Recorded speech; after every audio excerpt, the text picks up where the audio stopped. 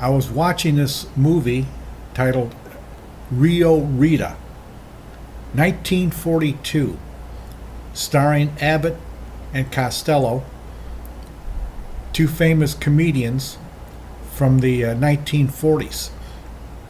And in this film, they had this unusual car that just caught my attention as much as the film. I've never seen a car like this from this era of 1940, 41, 42. And it looks like, the best I could look it up, was the car is probably a 1942 Mercury. And 1942 had to be the last year that American auto manufacturers were making cars, because by then they're converting over to making military equipment. But this is a fascinating car. It's either a custom built car or it's a factory prototype.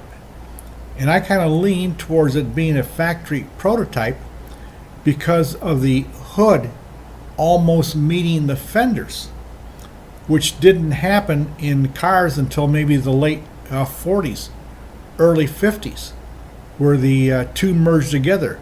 And you can see at the fender line that it's almost rising up to the top of the hood. But what caught my attention immediately on this car to start me off was the disappearing headlights. I've never seen disappearing headlights in a car from the 1940s. I knew that the Accord car of the 1930s had disappearing headlights, but I never saw an American car with disappearing headlights in the 1960s when they started to appear. So it's very interesting. The grille is like a 1942 Mercury, but that's custom.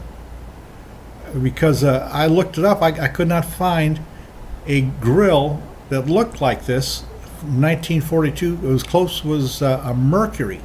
They've taken the trim off around it, which had chrome trim. So very interesting car. Like I said, it's either a custom-built 1942 Mercury or a prototype from the factory.